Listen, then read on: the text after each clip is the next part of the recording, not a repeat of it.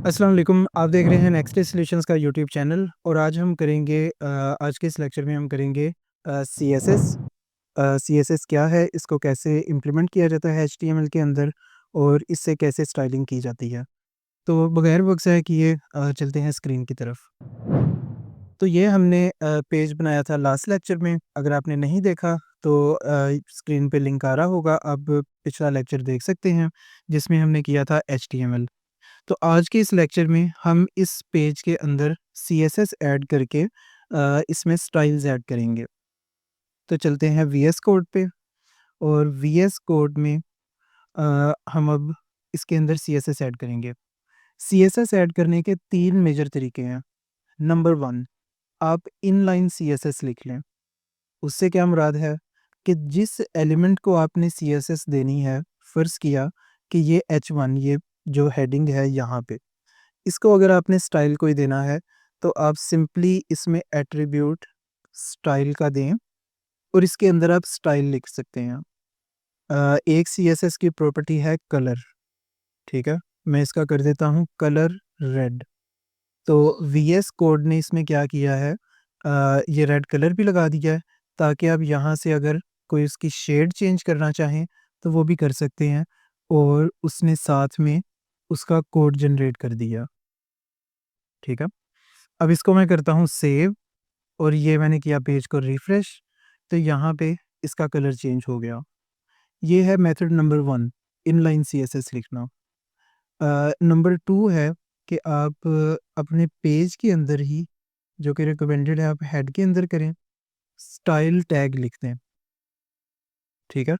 अब ये स्टाइल यहाँ से स्टार्ट और यहाँ पे क्लोज़ और इसके अंदर आप अपनी कंप्लीट सीएसएस लिख सकते हैं।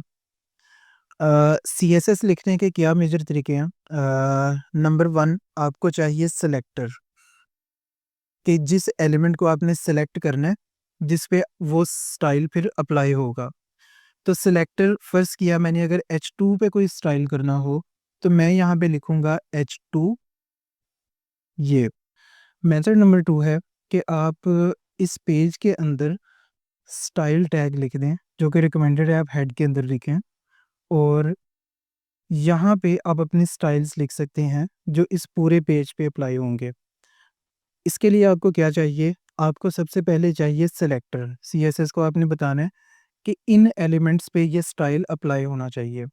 तो अगर मैंने H2 को कोई स्टाइल देना हो, तो उसका सेलेक्टर होगा H2, ठीक है? अब जितने भी इस पेज पे H2 होंगे टैग्स, उन पे ये स्टाइल अप्लाई हो जाएगा और मैं इसको स्टाइल दे रहा हूँ कलर ग्रीन, ठीक है? तो ये आप देखें H2 हो गया है ग्रीन, लेकिन H3, 4, 5, 6 और बाकी सारा पेज हमारा इंटैक्ट है, उस पे कोई इफ़ेक्ट नहीं हुआ।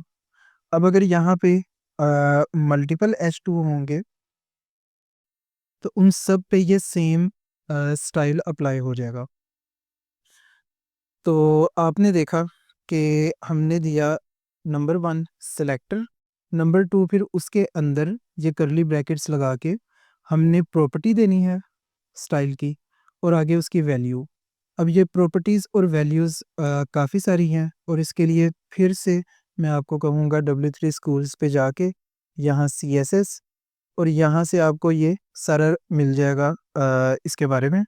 और अगर आप सारे के सारे देखना चाहें तो यहाँ पे सीएसएस रेफरेंस का एक पेज होगा, जहाँ पे आपको सारे सीएसएस के स्टाइल्स मिल जाएँगे और हर स्टाइल वो आगे क्या काम करता है, उसकी इन्फॉर्मेशन लिखी होगी। हुँ। अच्छा, अब इसमें फ़र्ज़ किया हम फ़ॉन्ट अगर इंक्रीज़ करना चाहें, फ़ॉन्ट साइज़ के नाम से उसका एट्रीब्यूट प्रॉपर्टी है और यहाँ पे मैं लिख देता हूँ 48 पिक्सेल, तो ये 48 पिक्सेल हो गए, ठीक हो गया? अ, अब ये हो गया हमारा सेकंड मेथड सीएसएस अप्लाई करने का। थर्ड मेथड है जो कि रिकमेंडेड है बड़े पेजेस के लिए, वो ये कि आप ये सारी सीएसएस करें कट यहाँ से, इसको करें आप डिलीट, एक न्यू फाइल बनाएं, इसको हम नाम दे देते हैं style.css। फर्स्ट पार्ट मैटर नहीं करता, कोई चेंज भी आप रख सकते हैं, लेकिन dot C S S extension होनी चाहिए और यहाँ पे इसको कर दें पेस्ट।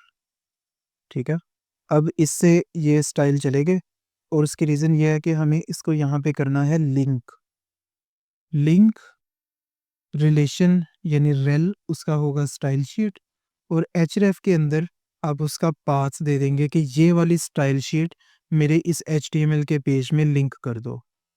अब मैंने किया रिफ्रेश तो ये वापस आ गए। अच्छा, इसको अब हम साइड बाय साइड ओपन कर लेते हैं इस तरह से और इसको हम कर देते हैं मज़ीद, रिमूव ही कर देते हैं। अगर दोबारा ओपन करना हो आप सिंपली यहाँ पे क्लिक कर सकते हैं। अच्छा, अब अगर आप चाहते हो कि H2 पे तो मैं करना चाहता हूँ लेकिन सारे नहीं, तो CSS के अंदर और भी सिलेक्टर की ऑप्शंस होती हैं, जिनमें से एक है क्लास या आईडी बेस्ड सिलेक्शन। आप किसी भी H2 को या किसी भी टैग को आप क्लास दे सकते हैं या आईडी दे सकते हैं। दोनों के डिफरेंस को भी मैं अभी क्लियर करता हूँ। आप देंगे एट्रीब्यूट क्लास और आगे उसको नाम दे देंगे इम्पोर्टेंट हेडिंग। इसमें भी कोई स्पेस वगैरह नहीं आएगी। इसको मैंने किया कॉपी। अब अगर आप चाहते हैं कि सिर्फ इस पे कोई कलर या कोई चीज़ अप्लाई हो, तो आप देंगे डॉट क्लास को मेंशन करने के लिए अपनी CSS फाइल में, आगे उस क्लास का नाम और फिर इस तरह से। अब मैं करता ये हूँ कि फ़ॉन्ट साइज़ इधर ले आता हूँ। अब क्या होगा, सारी की सारी H2 का कलर ग्रीन है, लेकिन जो इम्पोर्टेंट हेडिंग वाली क्लास है, उसका फ़ॉन्ट साइज़ 48 है। तो ये हो गया। मैंने HTML को नहीं था किया सेव। यहाँ पे ये आपको नज़र आ रहा होगा एक डॉट, इससे मुराद है कि ये फ़ाइल सेव नहीं है। इसको मैं करता हूँ सेव, तो ये हो गया। ठीक है, अब ये सेम क्लास आप और जगहों पे भी दे सकते हैं। जैसे फ़र्ज़ किया आप इस TH को चाहते हैं, तो इसको भी कर सकते हैं। ये हो गया। ठीक है, अगर आप इसको मैं कर देता हूँ रिमूव, अच्छा नहीं लग रहा। अगर आप चाहते हैं H1 को, तो इसको भी आप क्लास दे सकते हैं। अब मैं एक काम करता हूँ, इसको जो हमने इनलाइन CSS दी थी, इसको भी यहाँ से करता हूँ कट। ठीक है, और इधर कर देता हूँ H1 ये। तो हमारा ये आ गया। अब H1 को क्या मिल रहा है, एक यहाँ से मिल रहा है इसको कलर और एक क्योंकि उस वक्त H1 को हमने क्लास दी है इम्पोर्टेंट हेडिंग की, तो ये जो इम्पोर्टेंट हेडिंग की क्लास है इसको हमने दिया हुआ है फ़ॉन्ट साइज़ 48 पिक्सल। तो इस वाली H1 को, ये जो हमारी फर्स्ट हेडिंग है, इसको दो स्टाइल मिल रहे हैं, कलर रेड और फ़ॉन्ट साइज़ 48। और अगर आप इंस्पेक्ट करें राइट क्लिक करके इसके ऊपर क्रोम से और इंस्पेक्ट, तो आपके सामने इस तरह से ये विंडो ओपन हो जाएगी। यहाँ से भी आप अपनी सारी HTML और उसके स्टाइल्स देख सकते हैं। मैंने यहाँ H1 के ऊपर क्लिक किया, मैं ज़रा ज़ूम कर दूँ। H1 पे किया मैंने क्लिक। ठीक है, तो यहाँ पे मुझे बता रहा है style dot CSS line number 9 पे हमने इसको दिया है फ़ॉन्ट साइज़ 48 पिक्सल और लाइन नंबर 1 पे हमने दिया है कलर ये। तो अगर आप इसको टेस्टिंग के लिए कम करना चाहें, ज़्यादा करना चाहें, यहाँ पे रन टाइम में ये भी कर सकते हैं। अच्छा, ये होगी बेसिक स्टाइलिंग। अब आ जाते हैं मज़ीद चीज़ों की तरफ। तो HTML में भी हम आज एक न्यू टैग करेंगे, वो ये, बल्कि मैं एक काम ऐसा करता हूँ कि हम किसी वेब पेज को कॉपी ही कर लेते हैं थोड़ा-सा, ताकि आपको बेसिक अंडरस्टैंडिंग हो जाए हम एक्चुअली काम कैसे करते हैं।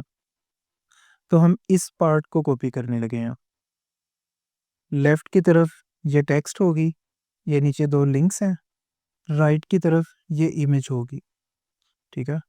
ये ऊपर है छोटी हेडिंग, ये बड़ी हेडिंग, ये है पैराग्राफ और फिर नीचे 2 लिंक्स। तो इसको हम HTML में कैसे करेंगे? मैं एक काम करता हूँ, एक न्यू फ़ाइल बना लेता हूँ ताकि ये हमारा जो कोड है ये आपको डिस्ट्रैक्ट भी ना करे। तो रिज़वान डॉट HTML के नाम से, ठीक है? अब आपको याद होगा हमने लिखा था HTML पहले लेक्चर में, और फिर अंदर हेड वगैरह सब कुछ। तो उसकी भी एक शॉर्ट की है VS कोड में, वो है आप ये टाइप करें और फर्स्ट वाले पे एंटर कर दें। तो इससे ये स्टैंडर्ड आपको डिफ़ॉल्ट जो HTML पेज के लिए चीज़ें होती हैं वो आ जाएंगी। इसमें से टाइटल कर दें आप अपडेट रिजवान वेब पेज, और बॉडी के अंदर आप अपना काम अब कर सकते हैं। हमें एक चाहिए छोटी हेडिंग, ठीक है, मैं इसको H3 कर देता हूँ और यहाँ पे इसको कर देता हूँ कॉपी। फिर चाहिए हमें मेन हेडिंग, इसको कर देता हूँ कॉपी, ठीक है। फिर हमें चाहिए यहाँ पे पैराग्राफ, तो उसके लिए है पी टैग, जो हमने लास्ट लेक्चर में नहीं था किया, क्योंकि HTML के टैग्स बहुत सारे हैं। पी टैग, और इसके अंदर इसको कर देता हूँ कॉपी, ठीक है। ये हमारा आ गया पैराग्राफ। और फिर नीचे ये दो लिंक्स, लिंक्स के लिए क्या टैग है, ए टैग एंकर, और इसको href हम दे सकते हैं कि ये लिंक लेके कहाँ जाए। मैं यहाँ पे कर देता हूँ google.com और अंदर इसके लिख देता हूँ गूगल। तो इसको अब हम करते हैं व्यू।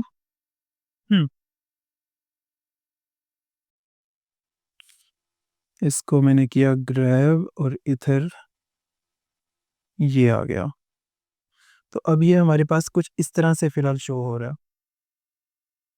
ठीक है। ये लग गया वो लिंक, क्लिक करूँगा तो वो google.com पे ले जाएगा। वापस आ जाते हैं VS कोड। एक हमें चाहिए और लिंक, और इसको कह देते हैं टेस्ट। ये आ गए। अब हमारे दो ये लिंक लग गए हैं, ठीक है। हमारा पैराग्राफ और ये सारी चीज़ें आ गई। इमेज को कैसे लगाना है ये आपको पता है, इमेज img टैग, ठीक है। और इधर सोर्स के अंदर मैं ये लिख देता हूँ, ऑल्ट की हमें ज़रूरत नहीं है। तो ये आ गया। तो ये इस तरह से आपके सामने वेब पेज रेडी हो गया। हम्म अब हमने करनी है इसकी स्टाइलिंग।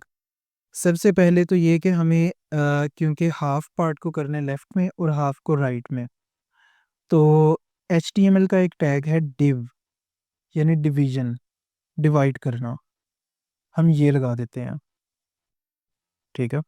और अपना पहला पार्ट सारा जो लेफ़्ट में लेके जाना है, इसको इसके अंदर ऐड कर देते हैं। राइट साइड के लिए एक सेपरेट डिव, ये आ गई। इसको मैं करूँ रिफ्रेश, तो ये अब इस तरह से आ रहा है। नेक्स्ट हमें क्या करना है कि इनको हम चाहते हैं कि ये साइड बाय साइड आएँ। और अगर आप यहाँ पे नोट करें, मैं इसको ज़रा ज़ूम आउट करूँ, तो आप देखेंगे कि जितना भी मैं ज़ूम आउट करूँ, ये कंटेंट सारा रह रहा है सेंटर में। उससे मुराद है कि हमें इसके लिए भी एक और डिवीज़न लगानी है, ताकि होगा ये, मैं यहाँ पे आपको दिखाऊँ कि इतनी एक डिव होगी, बल्कि मैं आपको विजुअलाइज़ यहाँ पे करवा देता हूँ।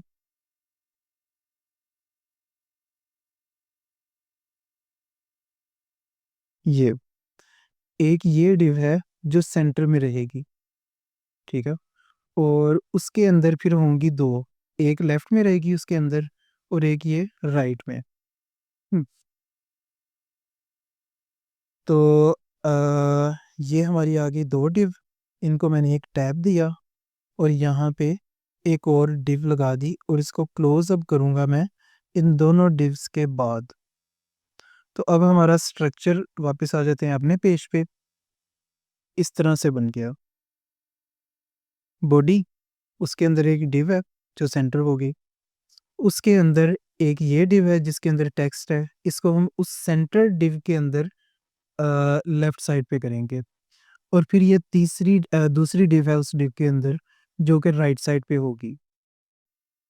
तो ये हमारा बन गया स्ट्रक्चर।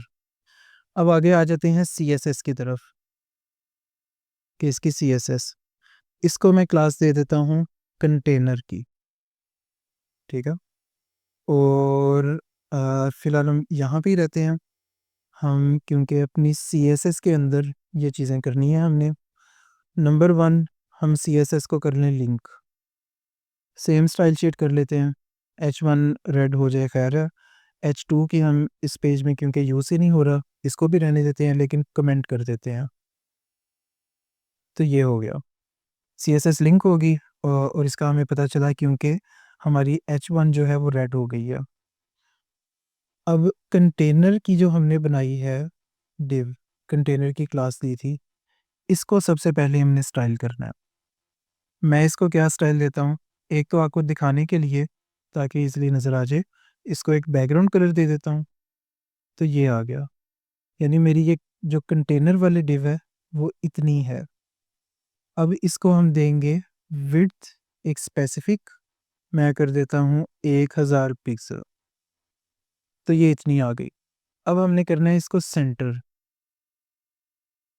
सेंटर करने की एक ट्रिक है CSS में। ट्रिक तो नहीं खैर सब लोग वही यूज़ करते हैं। वो ये कि हम इसको लेफ़्ट से मार्जिन देंगे ऑटो, ठीक है? मैं आपको यहाँ पे करके दिखाता हूँ कि वो कैसे होगा। मार्जिन लेफ़्ट ऑटो, तो ऑटो से मुराद है कि जितनी वो ले सके जगह वो ले ले, मार्जिन ले ले। तो लेफ़्ट से लेने से क्या हुआ, वो राइट की तरफ आ गई। और अगर अब मैं राइट से भी मार्जिन दे दूँ, मार्जिन राइट ऑटो, तो दोनों तरफ से उसने बराबर का मार्जिन लेके सेंटर में आ गई। तो इसका क्या हमने किया, margin left auto, margin right auto, तो ये हो गई सेंटर में। अब जो अंदर वाली डिव्स हैं, इनको हमने करना है और वो कैसे करेंगे?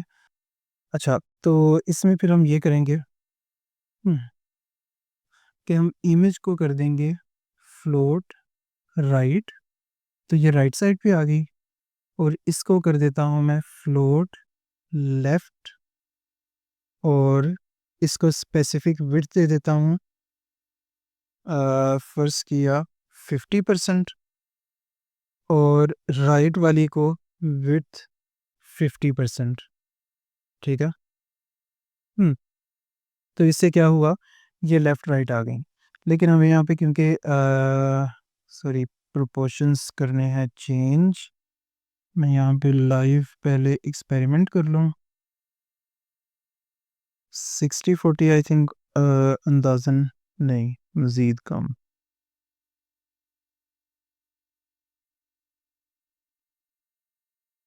35, ठीक है। हम क्या करेंगे, VS कोड में इसको मैं क्लास दे देता हूँ कंटेंट की, ठीक है? और इसको क्लास दे देता हूँ इमेज की। अब हमें करना क्या है कि कंटेनर के अंदर जो होगा कंटेंट की क्लास, उसको हमने स्टाइल करना है। उसको इस तरह से सिलेक्ट करेंगे, पहले कंटेनर स्पेस फिर ये। उससे मुराद है कि कंटेनर के अंदर जितनी भी क्लासें हैं कंटेंट के नाम की, उन पे ये अप्लाई होगा। तो हमें इसको करना क्या है, विड्थ इसको कर देता हूँ 65%, ठीक है? ये हो गया। और इमेज वाली को इमेज मैं कर देता हूँ फ्लोट राइट, तो ये राइट साइड पे आ जाएगी, ठीक है? बल्कि इसके साथ हमें करना है विड्थ 35% ताकि ये यहाँ पे नहीं, इतना कॉम्प्लेक्स तो नहीं, लेकिन हम आ जाते हैं इधर। इसको हमने दे दी इमेज की क्लास, इसको दे दी कंटेंट की क्लास, हमारी जो अंदर वाली 2 डिव्स थी। अब हम क्या करेंगे, कंटेनर को हम देंगे, मैं इधर एक्सपेरिमेंट पहले कर लेता हूँ।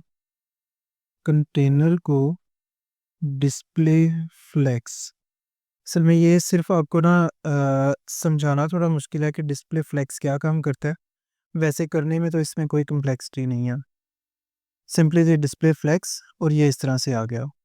नेक्स्ट हमने ये करना है कि कंटेंट को हम दे देते हैं विड्थ 65% और इमेज को दे देते हैं विड्थ 35%, या अगर मज़ीद कम करनी हो तो ये, तो उस हिसाब से ये यहाँ पे आ जाएगा। तो इसको अब हम यहाँ पे दे दें डिस्प्ले फ्लेक्स और क्लास इमेज, बल्कि इसको मैं देता हूँ कि कंटेनर के अंदर जो इमेज है उसको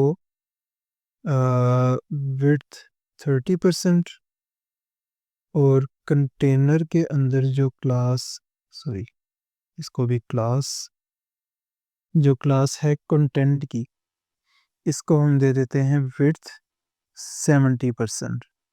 तो हमारा ये यहाँ पे आ गया। अब आप देख रहे हैं कि ये बाहर जा रहा है, ठीक है, हमारी कंटेनर एक्चुअली है यहाँ पे, लेकिन ये उससे बाहर चला गया। उसका हल है कि आप इमेज को दें मैक्सिमम विड्थ 100% हमेशा, कि वो कभी भी 100% से बाहर ना जाए, और ये आपको सारी इमेजेस पे करना चाहिए, मैक्स विड्थ 100%। तो ये आ गया।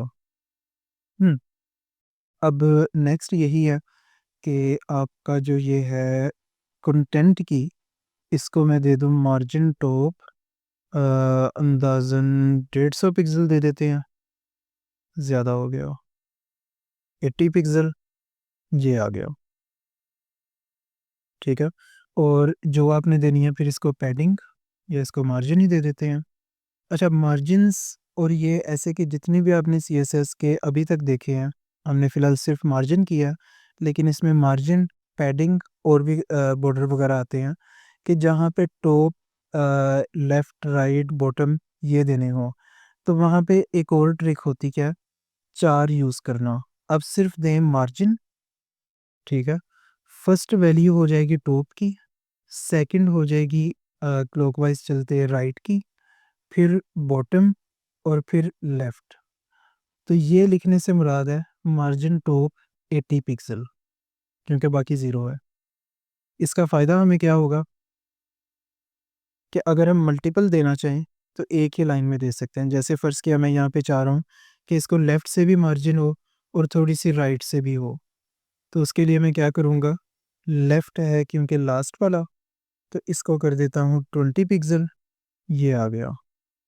राइट वाला ये है, इसको कर देता हूँ 20 पिक्सल, नहीं आई, ओह सॉरी 2 आ गया, 20, ये आ गया। मज़ीद अगर देनी हो तो आप सिंपली यहाँ पे इसको चेंज कर दें, तो ये हमारी आ गई। अब ये काफ़ी हद तक इससे मिलता-जुलता बन गया। अब जो हमने हाइलाइट करने के लिए इसको बैकग्राउंड कलर दिया था, एक तो उसको कर दें रिमूव, ठीक है, तो ये आ गया। नेक्स्ट ये कलर्स वगैरह, लिंक्स को हमने करना है अब चेंज। तो मैं कहता हूँ कंटेनर के अंदर जितने भी ए टैग्स हैं, अब यहाँ पे मैं डॉट नहीं लगा रहा क्योंकि हम उस टैग को सिलेक्ट कर रहे हैं, ये वाला।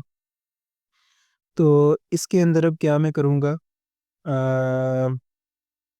कलर, सॉरी, कलर ब्लैक, या आप उसका कलर कोड भी लिख सकते हैं। ये तो लाइव है ये, ठीक है। नेक्स्ट हमने इसका करना है कि ये इस तरह से नीचे आए, इसकी अंडरलाइन, इसका बॉर्डर, ये जो है ये टेक्स्ट डेकोरेशन है उसकी अंडरलाइन। मैं आपको दिखाऊं, अगर यहाँ पे लाइव,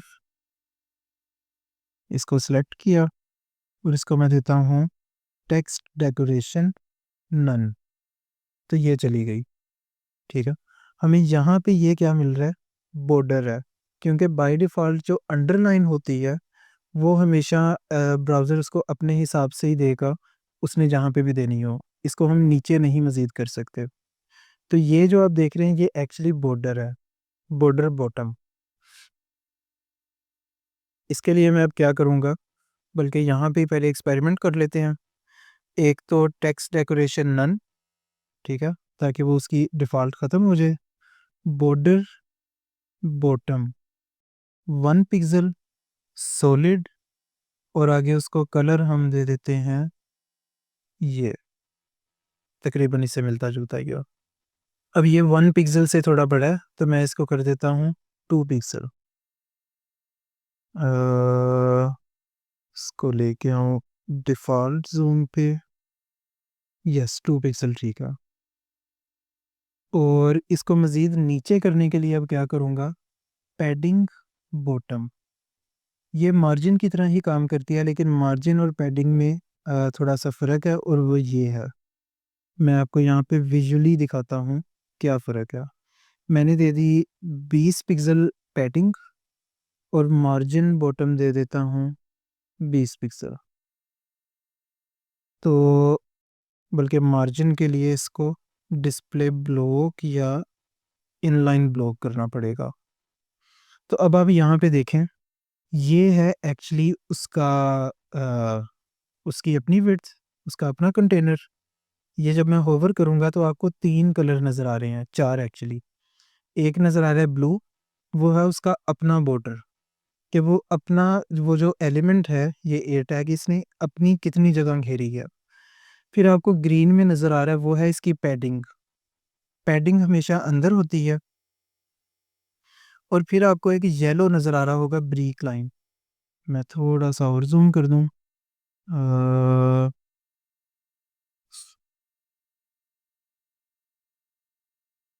ये। तो वो जो येलो लाइन आपको नज़र आ रही है, वो है बॉर्डर की और फिर उससे बाहर आता है मार्जिन।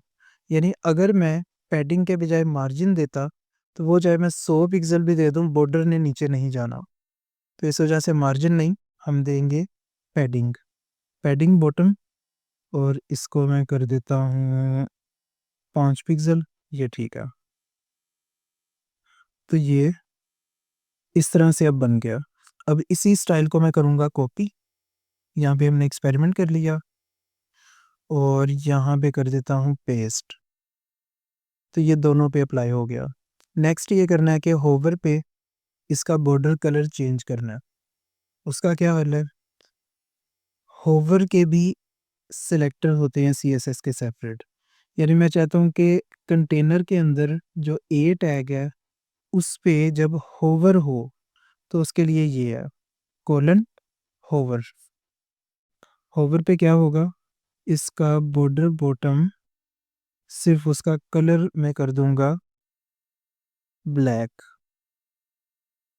तो ये हो गया, ठीक है? तो आज के इस लेक्चर में हमने देखा कि सीएसएस को अप्लाई कैसे करते हैं। उसको अप्लाई करने के 3 तरीके, इनलाइन अप्लाई करना, पेज के अंदर लिख के अप्लाई करना और सेपरेट फ़ाइल के अंदर अप्लाई करना। और उसके साथ हमने देखा कि सीएसएस के सिलेक्टर्स क्या चीज़ हैं और उसकी प्रॉपर्टीज़ और उसकी वैल्यूज़, और फिर कुछ वैल्यूज़ मल्टीपल भी हो सकती हैं, जैसा कि मार्जिन। अगर आप यहाँ पे ये 4 के बजाय सिर्फ़ एक ही वैल्यू दे दें, 80 पिक्सल, तो फिर क्या होगा? उसने चारों तरफ से 80 पिक्सल ले ली, ठीक है? इसकी मैं आपको बेटर दिखा सकूँगा अगर इसको मज़ीद ज़्यादा कर दूँ, ये। अब क्या है, चारों तरफ से बराबर की आ गई। लेकिन जैसा कि हमने दिया था 4 वैल्यूज़, तो उससे मुराद थी कि पहली वाली वैल्यू है टॉप, फिर राइट, फिर बॉटम और फिर लेफ्ट। तो उससे ये बना, बॉटम से कोई उसको मार्जिन नहीं मिली। और हमने बेसिक सा ये एग्ज़ाम्पल बनाई, ये हीरो सेक्शन मेरी पर्सनल वेबसाइट की। और हमने देखा कि इसको करते कैसे हैं प्रैक्टिकली। तो अगर आपका कोई क्वेश्चन हो तो प्लीज़ कमेंट कीजिएगा, मैं उसका ज़रूर जवाब दूँगा। और अगर आपको ये वीडियो अच्छी लगी तो आप इसको लाइक कीजिए और फ्यूचर वाली लेक्चर्स देखने के लिए आप इसको सब्सक्राइब भी कीजिए। इंशाल्लाह नेक्स्ट लेक्चर के साथ मैं फिर हाज़िर होऊँगा, तब तक के लिए अल्लाह हाफ़िज़।